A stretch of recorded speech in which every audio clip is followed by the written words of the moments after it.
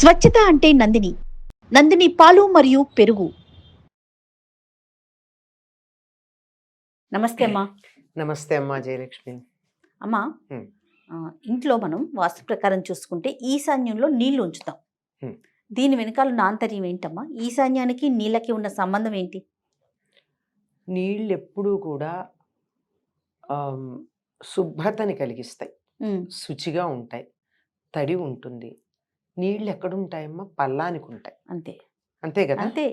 అక్కడ పల్లం ఉంది అని చెప్పడానికి కారణం ఏమిటి అంటే, మన భూగోళం 23.5 డిగ్రీలో ఎంతో యాక్సిస్ కొంచెం వంగి ఉంటుంది, స్ట్రైట్గా ఉండదు కదా. ఉండదు. అందువల్లే కదా భూమి సూర్యుడు చుట్టూతా తిరిగేటప్పుడు గుండ్రగా తిరగదు. ఎట్లా తిరుగుతుంది? కోడిగుడ్డాకారంలో తిరుగుతుంది. ఒకవైపు ఇంత లావుగా ఉంటుంది, ఆ వంకర ఇట్లా తిప్పకూడదు, దక్షిణం ప్రదక్షిణం కదా. ఇటు వెళ్ళి ఇలా వెళ్ళి కొంచెం కిందకు వచ్చి మళ్ళీ ఇట్లా వచ్చి మళ్ళీ ఇక్కడ వెడల్పు. అవును, అంతే కదా.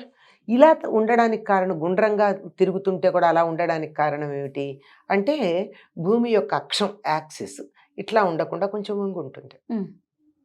దానివల్ల ఆ వంగేది ఎటువైపు పొంగుతోంది? ఆ వంగిన కారణంగా భూగోళం కొద్దిగా ఈశాన్యం వైపుకి కొంచెం వంపు ఉంటుంది. So flow with the flow అని ఒక మాట ఉంది ఆంగ్లంలో. అంటే ప్రవాహానికి అనుకూలంగా నువ్వు ఈదుకుంటూ వెడుతున్నావు అనుకో, తేలికవుతుంది, నువ్వు కష్టపడక్కర్లా. కొంచెం శ్రమతో ప్రవాహం అటు పక్కకి వెళ్తోంది కనుక నువ్వు కూడా తేలిగ్గా వెళ్ళిపోతావు. ఎదురొస్తున్నావు అనుకో, ఆ ప్రవాహ వేగానికి ఎదుర్కోవడానికి కావాల్సిన శక్తి పెట్టి నువ్వు ముందుకెళ్లాల్సి ఉంటుంది. కరెక్ట్, అంతే కదా. అవును.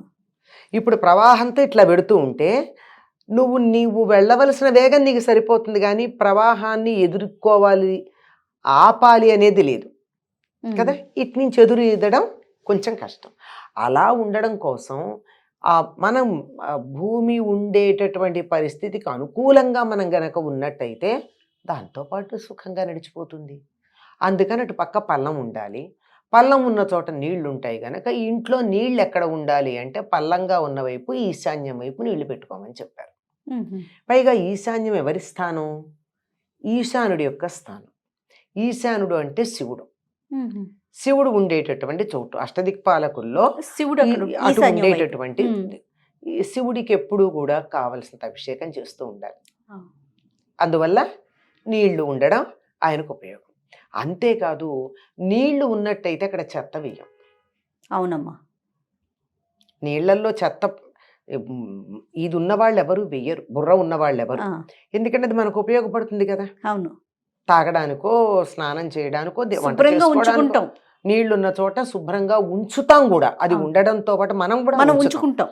ఎప్పుడు కూడా ఇంట్లో ఈశాన్యం మూల బరువు తక్కువగా శుభ్రంగా ఉంచుకుంటాం. ఒక గదిలో కూడా ఈశాన్యం మూల మనం బరువు పెట్టాం. ఆఖరికి వాస్తు తెలిసిన వాళ్ళు ఏం చెప్తారంటే, కొంచెం ఎక్కువ చాదస్తమే అనుకోండి, కర్ర కూడా ఈశాన్యం మూల గోడకి పెట్టద్దు అంటారు. ఓ చిన్న కర్ర కూడా. అదేలేమ్మా. అంటే అది చాలా పవిత్రమైనటువంటి దిశ ఈశాన్యం. అంటే శివుని యొక్క స్థలం. శివుడు అంటే ఆ శివుడనే కాదు, పరమాత్ముడు ఎవరైనా సరే కనుక అక్కడ శుచిగా ఉండాలి, తడి ఉండాలి, ఆర్ద్రత, మెత్తదనం. ఎప్పుడు కూడా గుండె మెత్తగా ఉంటుంది అన్నప్పుడు మనకి దయ కలిగిన, బాధ కలిగిన కళ్ళల్లోంచి నీళ్ళు వస్తాయి, కానీ కోపం వస్తే మండుతాయి. ఆ మంట కాకుండా తడి ఉండాలి. తడి ఉండడం అన్నది దయ, కరుణ, భగవంతుని యొక్క లక్షణం. కనుక ఆ వైపు నీళ్లు ఉంటే చల్లగా ఉంటుంది అని. చల్లదనం మనకు వచ్చేది నీళ్ల వల్ల గనక అటుపక్క నీళ్లు పెట్టడం. సరే, పూర్వకాలం ఇల్లు కట్టడానికి ముందు ఈశాన్యం వైపు ఒక బావి తవ్వి ఆ తర్వాత ఇల్లు కట్టడం మొదలు పెట్టేవారు. ఇప్పుడు మనకు అవసరం లేదు, అట్లాంటి అవకాశాలు లేవు. ఇంకుడు గుంటలైనా పెట్టుకోవచ్చుగా, కనీసం. అవును, పెట్టుకోవచ్చు. లేదంటే ప్రతి వాళ్ళు ఇప్పుడు దానికి ఏదో ఒక ప్రతీకగా, ఒక సింబాలిక్గా ఈశాన్యం మూల ఒక పాత్ర పెట్టి అందంగా ఉండేటట్టు దాంట్లో నీళ్లు పోసి, దాంట్లో ఏదో ఒక పువ్వు ఆకో వేసి అక్కడ నీళ్లు పెట్టామని, ఇదంతా ప్రతీకాత్మకంగా చేసేది.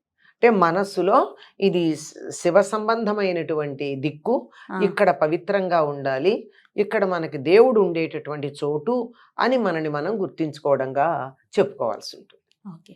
అలాంటి అవకాశం లేనప్పుడు కనీసం ఇలా అయినా ఇలా పెట్టుకొని అయినా తృప్తి చేస్తారు. పొందుతున్నాం. అవును. అంతే అది కదమ్మా. తృప్తి పొందడానికి. ఆ, ఇంకా గమ్మత్తు ఏంటంటే అటువైపు స్నానాల గదులు అవి పెట్టుకోమంటారు. నీళ్లు కూడా ఈశాన్యం వైపుకే ప్రవహించేట్టు పెట్టుకుంటాం మనం. అవును.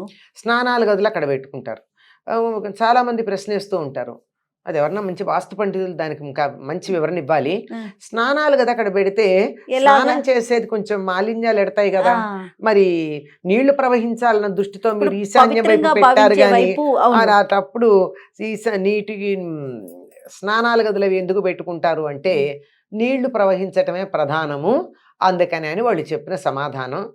సరే, మనసుకు నచ్చినా నచ్చకపోయినా వాళ్ళు చెప్పిన దాన్ని విందామంతే. అంతేనమ్మా, తప్పకుండా. అంతకన్నా మనం చేయగలిగింది ఏం లేదు. అందుకే అమ్మ, మొక్కలు అవి పెట్టేటప్పుడు కూడా ఈశాన్య మూల ఖాళీ పెడతాం, అక్కడ మొక్క పెట్టకుండా. ఆహాహా. ఎందుకంటే అది మొక్క పైకి ఎదుగుతుంది కదా. అవును, అవును. వీలైనంత పక్కకి తక్కువగా ఉండడం. ఒకవేళ ఇంటికి కప్పు అది వేసేటప్పుడు కూడా ఈశాన్య వైపు కొంచెం వాల్ ఉండేటట్టు ఇట్లాంటివి చాలా ఆలోచిస్తూ ఉంటారు. అంటే పెద్ద పెద్దవి చేయలేకపోతే చిన్న విషయాల్లో అన్నా కనీసం, పాటించి మనకి ఆ శాస్త్రం పట్ల వాస్తు పురుషుడి పట్ల మనకు గౌరవం ఉంది అని ప్రకటించుకోవడం ఇవన్నీ. ఖచ్చితంగా అమ్మా, 100% మీరు అంతే. చెప్పింది. అయితే పలానా పాత్రలోనే పెట్టాలి, రాగి చెంబులోనే పెట్టాలి, మట్టి పాత్రతోనే పెట్టాలి, ఇలాంటి నియమాలు ఏమన్నా ఉన్నాయా? నాకు తెలుసు అట్లాంటివి ఏం లేవమ్మా. నీరు ప్రధానం అంతే. నీరు ప్రధానం. అసలు అన్నింటికన్నా మట్టి పాత్రని మించింది ఏముందమ్మా. అమ్మ, దేనికైనా మట్టి పాత్రేనమ్మా. దీపం పెట్టడానికైనా, ఆ, నైవేద్యం పెట్టడానికైనా, లేకపోతే మనం ఏదైనా వండుకొని అమ్మా, తినడానికైనా మట్టేనా? వెంకటేశ్వర స్వామికి రోజు దేంట్లో మట్టి పెడతారు? పాత్రే కదా. మట్టి పాత్రలతో పెడతారు. కరెక్ట్ అమ్మా. మట్టి పాత్ర చాలా చాలా పవిత్రమైంది. ఇప్పుడు హోమాలు చేస్తారు. హోమం చేసేటటువంటి చోట దీపం వెలిగించేది పెద్ద మట్టి, ప్రమిద. దాంట్లోనే, అవును. ప్రమిద పెద్ద దాంట్లోనే వెలిగిస్తారు. అక్కడ పసుపు కుంకాలన్నీ పెట్టుకునేటటువంటిది లాజులు అంటే పేలాలు, వరి పేలాలు ఇలాంటివన్నీ ఉపయోగిస్తారు కదా. ఈ ఉపయోగించేవన్నీ కూడా దేంట్లో పెడతారు? మట్టివి. మట్టి మూకుళ్ళల్లోనే అక్కడ పెట్టుకుంటారు. పాలికలు మూకుళ్ళల్లో పెడతారు. మట్టి చాలా పవిత్రమైనటువంటిది. అందువల్ల మట్టికి అసలు దోషం ఏం లేదు. ఓకే. అందువల్ల మట్టి పాత్ర పెట్టగలిగితే మంచిది. మట్టి పాత్ర మనం పెట్టుకొని నీళ్లు పెట్టలేనప్పుడు పెట్టుకోగలిగితే. ఉమ్. ఏం చేస్తాం, ఏదో ఒక పాత్ర అయితే కాస్త అందంగా ఉంటుంది కదా అని మరి రాగి పెడితే కొంచెం కష్టమే, దాన్ని ఆ. తోముకోవద్దు. అవును. లోపలన్నా శుభ్రం చేస్తామేమో కానీ బయట శుభ్రం చేయడం చాలా కష్టం, అది మెరిసేటట్టు. అవును. కాసేదో నిమ్మకాయ నీళ్ళలో చింతపండు నీళ్ళలో పోసి ఆ పాత్రలో కాసేపు ఉంచితే కాస్త రాగి లోపల శుభ్రం అవ్వచ్చు. కానీ బయట చేయాలంటే మళ్ళీ పీతాంబర్ లాంటివి ఏవో ఉన్నాయిట, అవును. అట్లాంటివి తెచ్చుకొని చేయాలి. ఇది కదా కష్టమైన పని. దీన్ని బట్టి మట్టి పాత్ర అయితే మట్టి పాత్ర ఉత్తమం అమ్మ. లేదంటే ఏదైనా పెట్టుకోవచ్చు.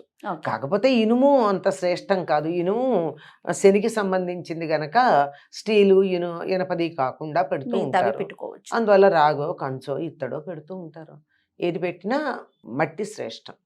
కానీ ఒక మాట చెప్పారు చూడండి అమ్మ మీరు, అంటే దానివల్ల ఉపయోగం ఉందా లేదా అది పక్కన పెడితే మన వాస్తు శాస్త్రాన్ని మనం గౌరవిస్తున్నాం అంతే కదా. అంతే. రైట్. కానీ నీళ్లు ఉంటే మాత్రం అమ్మ కాసి నీళ్ళు అలా గనక పెట్టినట్టయి ఓపెన్గా పెట్టి ఉన్నట్టయితే వాతావరణంలో హ్యూమిడిటీ వస్తుంది. డ్రై అట్మాస్ఫియర్ ఉండదు. వాతావరణంలో హ్యూమిడిటీ వల్ల ఏమొస్తుందంటే ఎక్కువ చలేదు, ఎండ ఉంటే వేడి బాధ కలిగించదు. ఎప్పుడూ కూడా మీరు కావాలంటే గమనించి చూడండి, మీ ఇంట్లో హాల్లో ఒక వెడల్పాటి పాత్రలో నీళ్ళు అక్కడ పెట్టండి వేసవి కాలంలో. అలా పెట్టినప్పుడు ఉన్నటువంటి వాతావరణానికి, నీళ్లు లేకుండా ఉన్నప్పుడు వాతావరణానికి మీరు వాతావరణంలో గమనించినట్టయితే తేడా ఉంటుంది. కనీసం 1-2 డిగ్రీల టెంపరేచర్ తేడా వస్తుంది. సాంకేతికంగా కూడా ఇలాంటి మార్పులు ఉంటాయి. ఉంటాయి. రైట్ అమ్మా, నమస్తే.